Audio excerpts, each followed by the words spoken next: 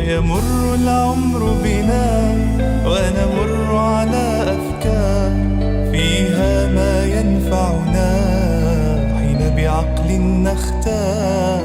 الماضي يهدينا خير دروس للعمر، والحاضر بيدينا نهديه حصاد الفكر، والحاضر بيدينا نهديه حصاد الفكر.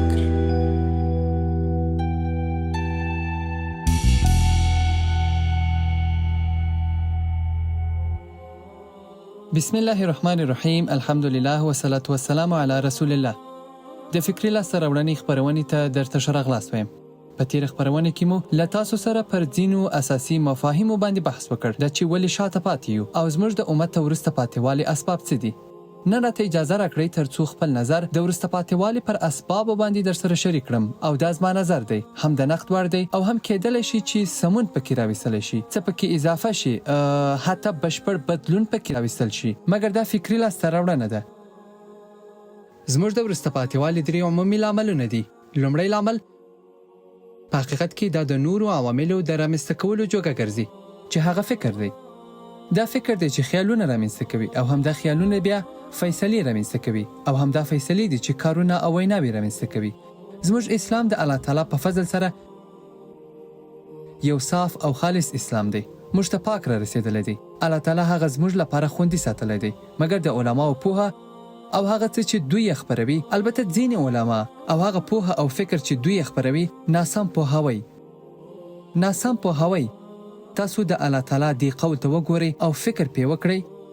الله تعالی د هغو کسانو سره چې ایمان یې راوړی دی او نیک کارونه یې ترسره کړي دي دا وعده کړې ده چې حتما به هغوی په دې خاوره کې خپل استازي وټاکي، لکه څرنګه چې پخوا له دوی څخه یې مخکې ځینې خپل استازي ټاکلي ول.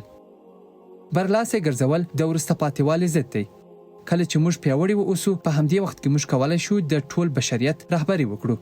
نو الله تعالی له موږ سره ژمنه کړې ده دا چې موږ به په ځمکه کې استازي واوسو، او له موږ سره یې دا ژمنه کړې ده چې موږ به په ځمکه کې برلاسي ګرځوي. مګر څنګه برلاسي؟ الله تعالی فرمایي ترڅو هغه دین چې دوی ته خوښ دی د دوی لپاره برلاسي وګرځوي، نه هغه دین چې د علماو خوښ دی.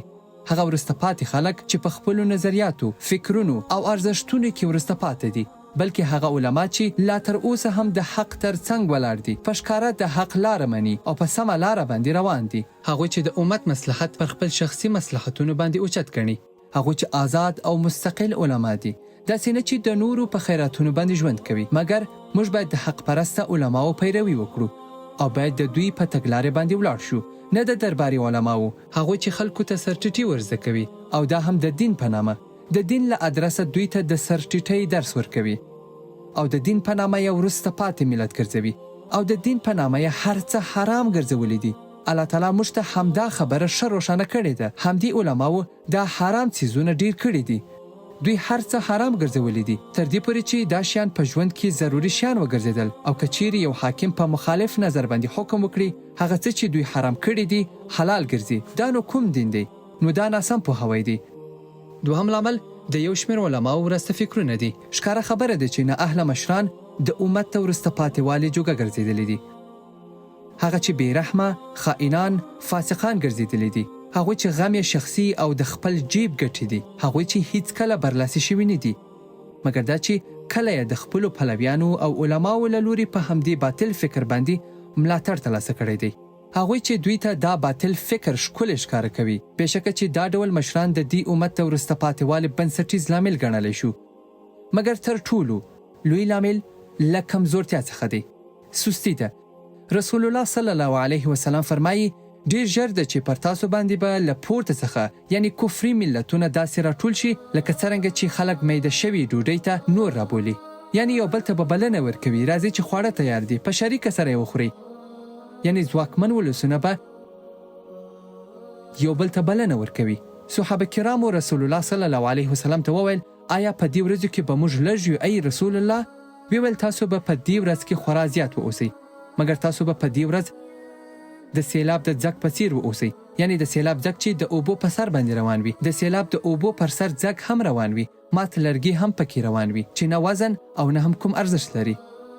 ستاسو د دشمنانو له زړونو څخه به ستاسو ویره وویستل شي او ستاسو په زړونو کې به د هغوی ویره ځای پیدا کړي. صحابه کرام وویل چې دا سستی به څه وي؟ ویل د دنیا سره مینه او له مرګ څخه کرکه ده.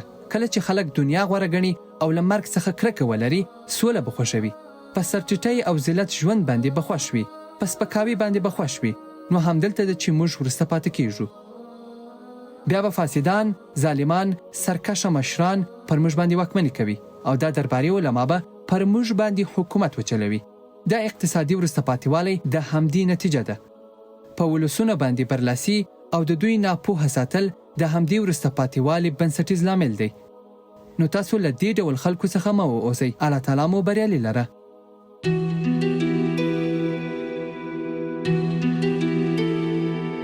ويمر العمر بنا ونمر على أفكار فيها ما ينفعنا حين بعقل نختار. الماضي يهدينا خير دروس للعمر والحاضر بيدينا نهديه حصاد الفكر والحاضر بيدينا نهديه حصاد الفكر.